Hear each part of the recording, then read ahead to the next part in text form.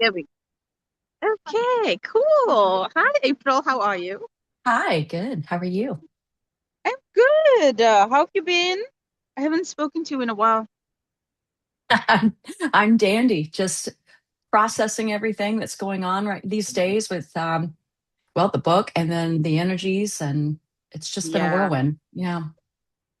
Yeah. So how's things been since you've written your chapter and all that? Has that kind of settled for you? Sometimes it takes a while. Once you write your chapter and you leave it for a minute, how do you feel? Yeah, I feel like I could revisit it and yeah, I just keep going back and forth where I'm like, ooh, what did I just write? What did we just do? Because it was such an intense experience for me anyway. So Yeah. just digging in deep again and having some of my own remembrances and making all those decisions and then Yeah. coming out of the head and sitting down finally I was like, let me just sit down and start meditating about it instead of being in my head to figure things out. so Yeah. so yeah, I've come a long way with that. And did you get any kind of revelations or kind of, breakthrough ideas since then? The biggest thing for me is I started writing everything in third person, Yeah. and they were pieces and parts from different experiences I remembered in theta hypnosis. And then I realized I needed to write it in first person anyway. Yeah. And that was a huge growth experience for me, and putting pieces and parts together and saying, no, this is where I've been. This is part of Yeah. who I am. And we all have experiences, and they may seem normal, like today's normal human life, and they may be something really wild, like everybody's had other experiences. So it was a big deal for me to be open Yes. with it, especially in writing. Yeah. There's one thing journaling for yourself or talking it out or processing some information, but it was really great for me. I happened to find a couple of the recordings that I had of myself where I was like, oh gosh, I forgot that this happened or that happened. And that's very typical in those sessions anyway. You think you Yeah. remember everything, and then you listen to it again, you hear something additional in it. And then down the road, you might pick up another piece of information for yourself. So listening to those again to compile what was necessary, because you don't want to put I didn't need to put everything in there. That would be a whole book in itself. And so knowing which parts would be pertinent to put into this particular chapter for whoever might be reading it, that was a big Yeah. process for me. Yes. Writing is very different, like you say, than, sharing in other ways and I said this to someone in this week. I don't remember who it was, but I was speaking to someone in our group, and we were talking about like the writing process and what that means and how it like opens Mm, you up to different um dimensions of yourself. And yeah, we were sharing about, when you start writing, you need to be open to that experience of expansion, because literally you think of, oh, how can I say this? What are the right words to use? How can I um, convey something to my reader in a way that they can understand? Like, should I use, what kind of words should I use? How can I, think about this differently, or, whatever it may be. And in that right. process of wanting to convey so deeply to your reader, you end up thinking of it different. You end up Mm-hmm. looking at different angles, looking at different perspectives. And it's interesting when you do that, because it's like, wow, I Yes. didn't think of it this way before. Or, like you said, I forgot I had these recordings of myself. Let me go back and, Hmm. just explore that a little bit. So it's an exciting process, and it does require that awareness in terms of like, okay, something's happening here internally, spiritually, Right. something's coming up, something's changing, evolving. Right. So that's exciting. Hold on, I want to show you these animals here. I want to show you. Okay. Yeah. Let's see them. Here's a little guy eating something. I don't know if you can see him. My little Dusty. Can you see him? No? Oh, yeah. Barely. Kind of Here's blending with the another. environment. Yeah, here's another one. Oh, yeah. Hi, Oh little my guy. gosh. Those are Dusties. They're What all is that? over. They Dusties? Is are that what you called said? Dusties. Yeah, they're cute little animals and they live here in the wilderness. Um, Oh. they are very cute. They're tiny and they don't have any. Some of them are fat, but these are tiny ones, and they don't have tails. They look like little mice without tails. Yeah, I'll But have I to look guess they those would. up. Very cute. Yeah, Dassie. All right. Dusty. Yeah, yeah, not what I was thinking. At first I thought you said ducky. Like No. ducks. Yeah, Yeah, so it's pretty cool being in nature, you know. it That's one of the is. best places I love writing as well, in nature. Yeah, When you're not being I distracted. right. That was a big part of mine is I'd take walk in the woods or wherever I was, I'd go out in nature and then I'd be very decompressed. And some of the things would come up along the way, little nuggets that needed to be added or Yes. revelations, or even with parts of my experiences where they were related and I didn't even realize it before. Yes. And Yeah. yes, for me too, with driving, I went on a big trip where I just started driving and I needed to get to the beach. So that's where I did a lot of mine. I went and walked the beach and just sat there and got quiet and allowed things to come up. So that's really where all my magic starts to happen in any area of my life, really. That's awesome. That's wonderful. There's something about nature that allows you to be open. I don't know what it is, but it's like you feel one with everything, so you can write from that place Hmm. of openness, you know? Yeah, For me, at least. I don't know. it's I yeah, think so. me for sure. So, what did you choose to share in your chapter? Well, my very first QHHT experience, I immediately went up into a spaceship, and that surprised me when I had that come up. And then of course, my brain on the, when I was laying on the tables per se, was getting in the way already. Like, I'm like, what is this? Yeah. So there was this entire experience about really seeing how most of us, I want to say all of us, but I'll just say most of us have a process before we even come to Earth.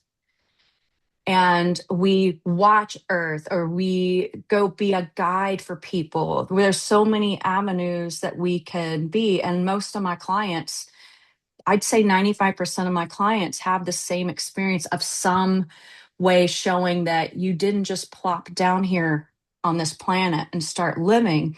And then here's your in between spaces, and there's where you go digest. So it was really important for me to see that right away, for myself too, that, oh, I watched Earth for quite a while and then made the decision I'm going to go be a human. And we all did that at some point. Um, so there was some exploration that happened in that particular life experience, but it led every other, like, time I was in theta hypnosis, something else popped up. And it was all like a trail. It was like a map of part of my journey. We have so many experiences, but where what I did for the book is I could see where I came down. I could see a couple of the places where I had lives on Earth and where I left. And I think it's just so important for people, as they're ready to explore that about themselves. It just opens everything up, doesn't it? Where Yeah. a lot of people have the acknowledgement that, okay, I understand I have several human lifetimes and this happens because of that, or maybe I'm reliving something to learn the lesson again. But once you open the door to, oh, maybe I just started as energy somewhere. Maybe I started by witnessing the humans, some of my soul family. Maybe I gave them guidance before I hopped in here. So that was my exploration, what it also does, in my opinion, is it shows how vast even Earth is.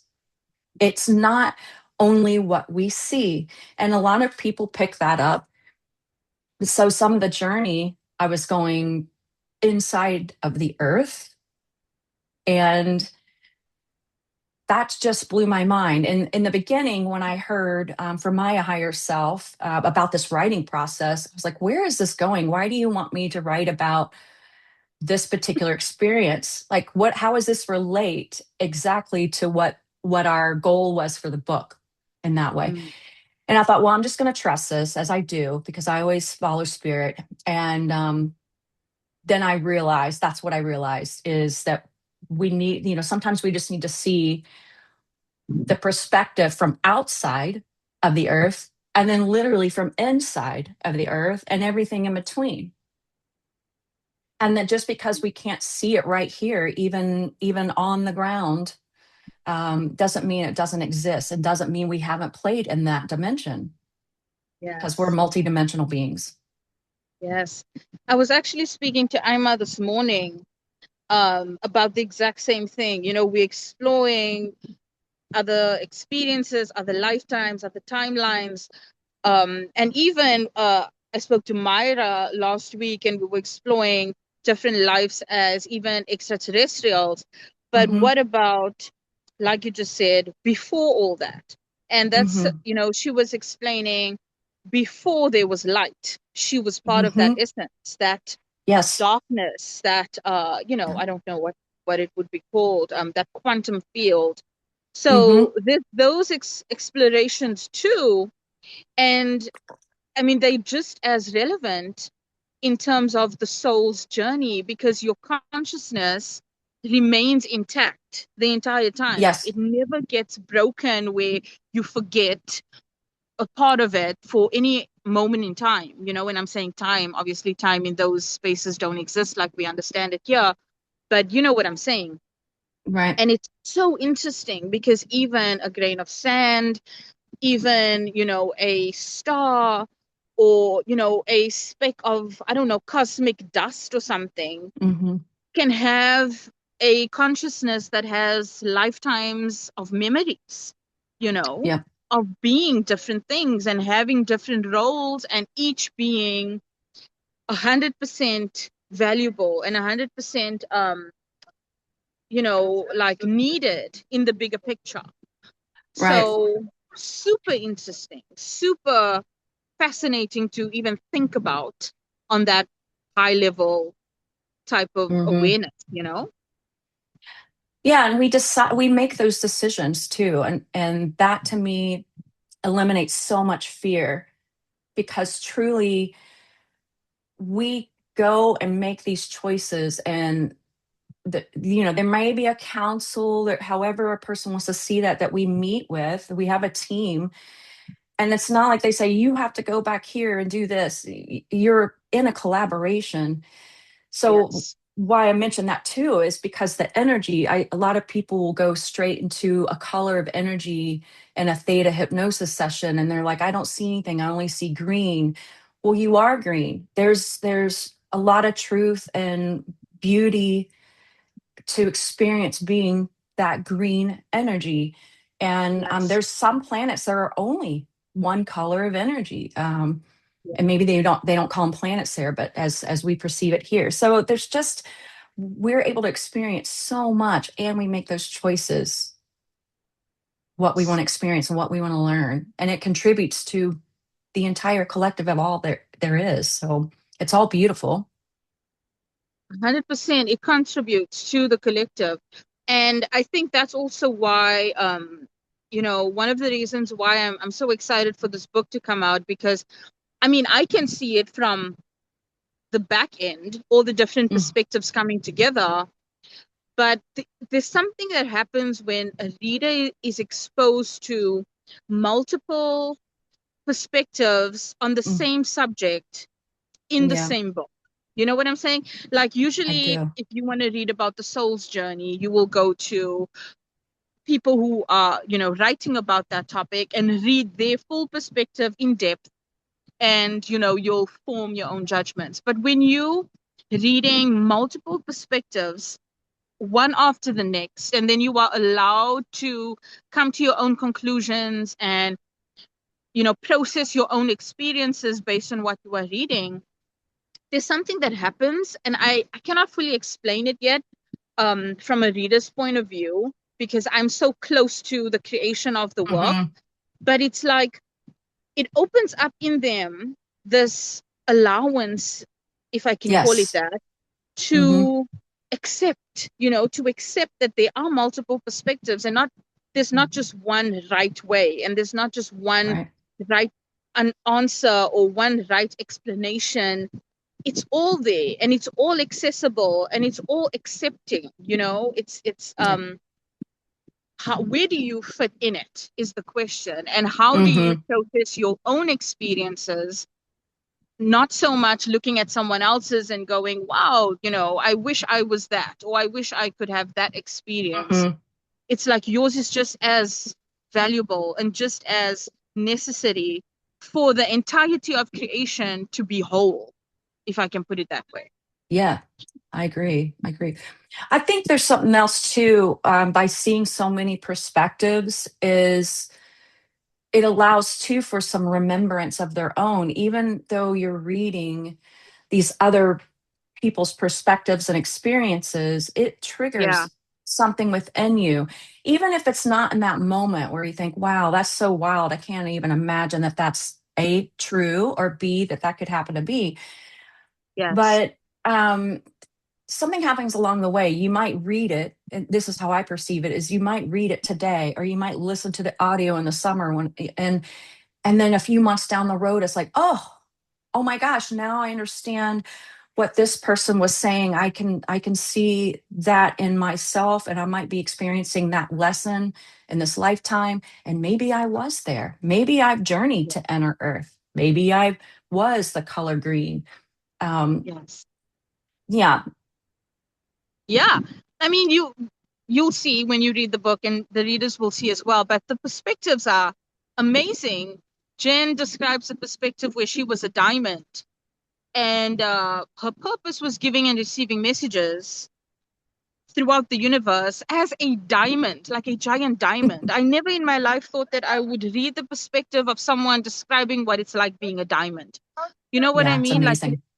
I know, and it opens up your mind in ways you cannot even perceive.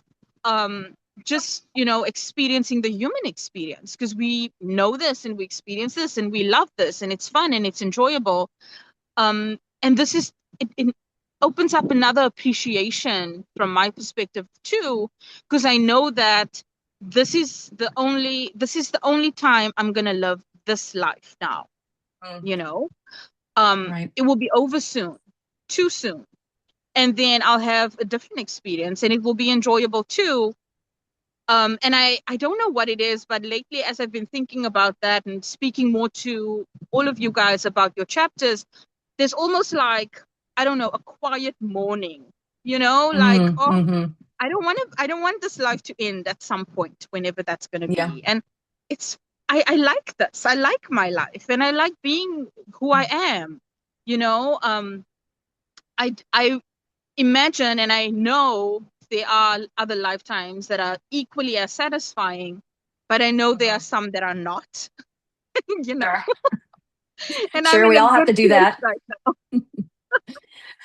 I think it can also teach us how to come in and be in the moment now. and to live Yes. in the now. Because all the what ifs, it's fun to explore the possibilities and it helps us expand.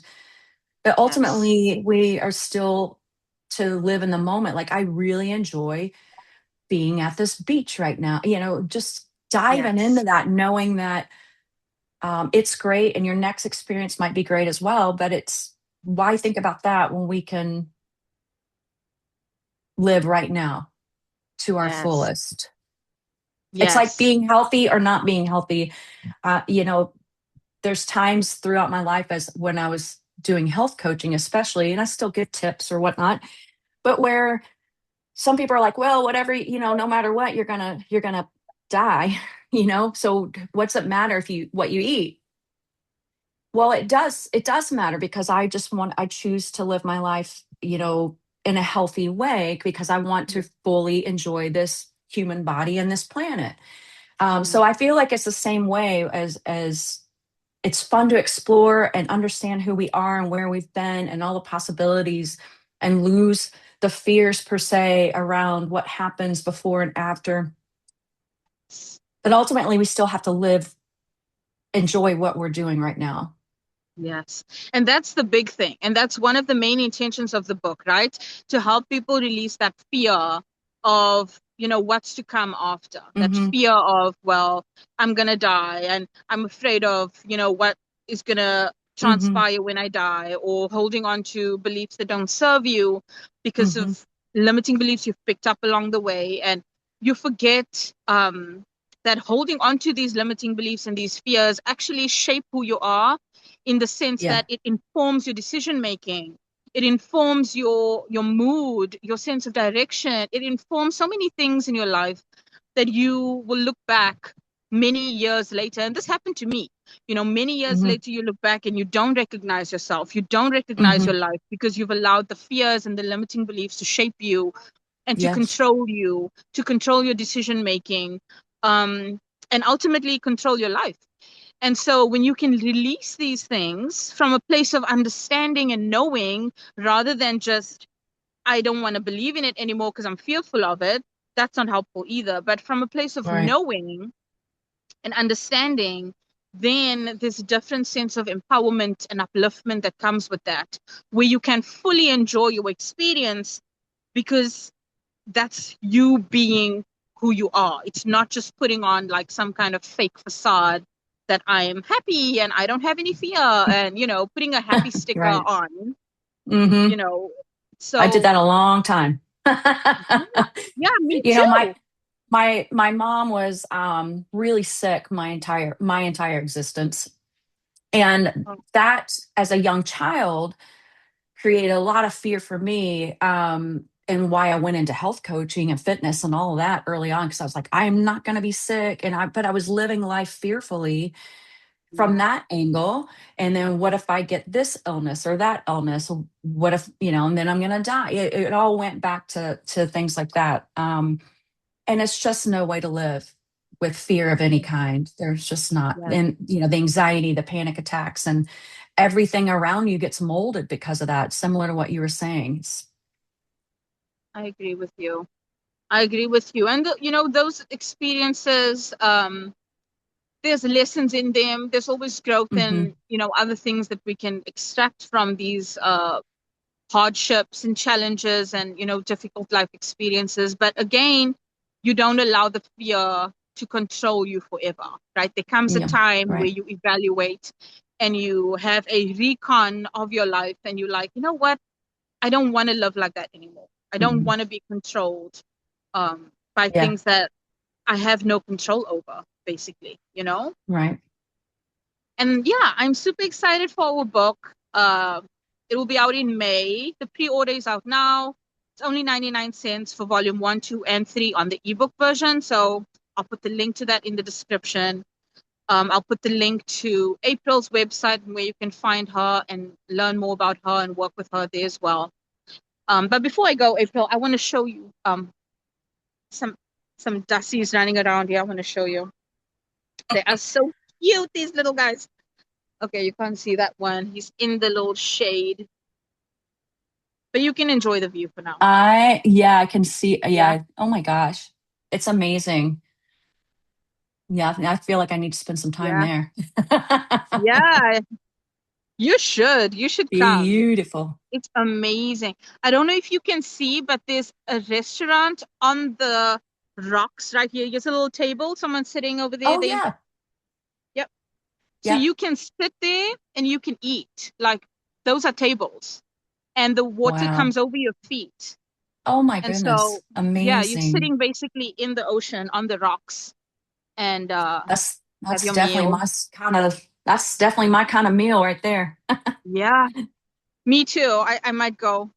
Look at this guy right here. I don't know if you can see him. He in this little pond. He's having a nice swim in that in- Love little it. thing there. Super cool. Beautiful. Yeah, I've not been to that part of the world yet.